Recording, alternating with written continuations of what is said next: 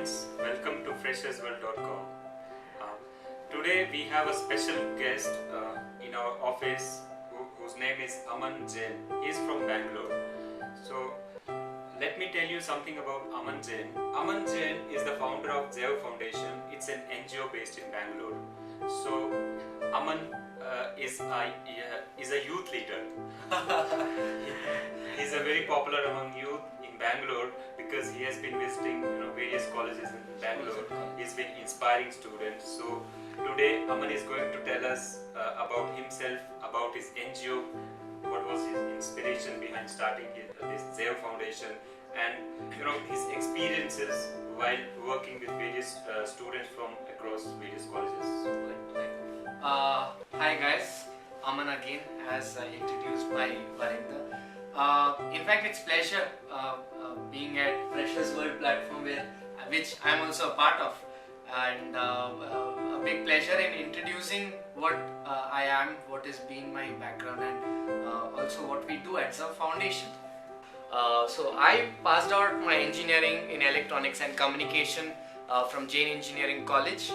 My favorite subject was image processing. I still remember I had presented a national level paper in image processing where we worked on compression techniques using MATLAB being the platform.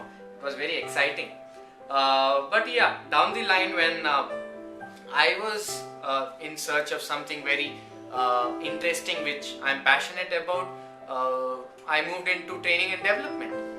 When I tell training and development, it was majorly into student sector. Apart from that, as a personal commitment to the mother nation India, I started a small initiative which is called as Zav Foundation. Zav is a Sanskrit word which means to transform, and that's also a tagline. We alter, change and transform, looking at transforming the young leaders of the country. Inspiration, if that's the question, I am highly inspired by Kalam ever since when I was in my schooling and saw this rocket scientist who's come up with various ideas at DRDO, handling so many things all together. This was something very exciting. And once he became president of the country, the most elite position, first citizen of the country, he framed something for us which is called as Vision 2020. And in Vision 2020, he talks about when will India be a developed country. And there one of the clauses which indirectly he mentions is India will be a developed country only when the 70% of the India's population, which is youth, becomes productive. And that was the spark which actually triggered me again and again. And I was like, what do I do to be a part of his vision? And there I came up with this idea which I started alone, which was earlier called as Mission Zav, in which I took up the challenge of converting 0.005% of Indian youth being productive. Being practical enough, just a thought, at least 0.005% of India's population. So started alone with a small school in Bangalore with 30 students, where I'm talking about pre-examination preparation. Slowly the word spread. A lot of people started calling me, and yeah, we've been doing quite a lot of work. Okay, Aman, you said that your inspiration is Dr. APJ Abdul Kalam. Right. So what do you like most in him? When you ask what do you like the most in him, I would tell the humbleness which he carries. Okay. Oh God, have you ever seen any person who's been a rocket scientist? I call him rocket scientist, president of the country, and still is being able to interact with thousands of students.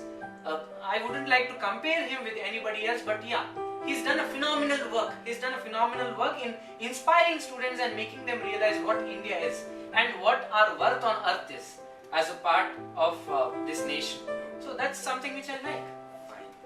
I thought you also like his long hair. Oh. Cool, Aman. And also, can you share with us some of the experiences, about interaction with various students in colleges? Right. In fact, these have been a very special experiences at various schools. Before I start, we've done programs for students in the bandwidth from 8th standard to MBs, and it's actually wonderful experience. You interact sometimes with government school students, you interact sometimes with private school students, PU colleges, degree colleges and MBA students, and each one has a different perspective. Each one has a different way of understanding things. So that's something very exciting. Now what happens is, at government level schools where we try and cater the most, we've been observing that there is a lot of change required in the system. As I said, we are trying. Zav Foundation is catering to the non-formal education part of for the students, and because there is the formal education setup already available, and which we are seeing how good and how effective it's been.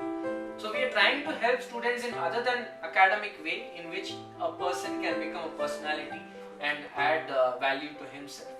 Now the question was, how do you add value to students? What do you work on, and how does it help to the students?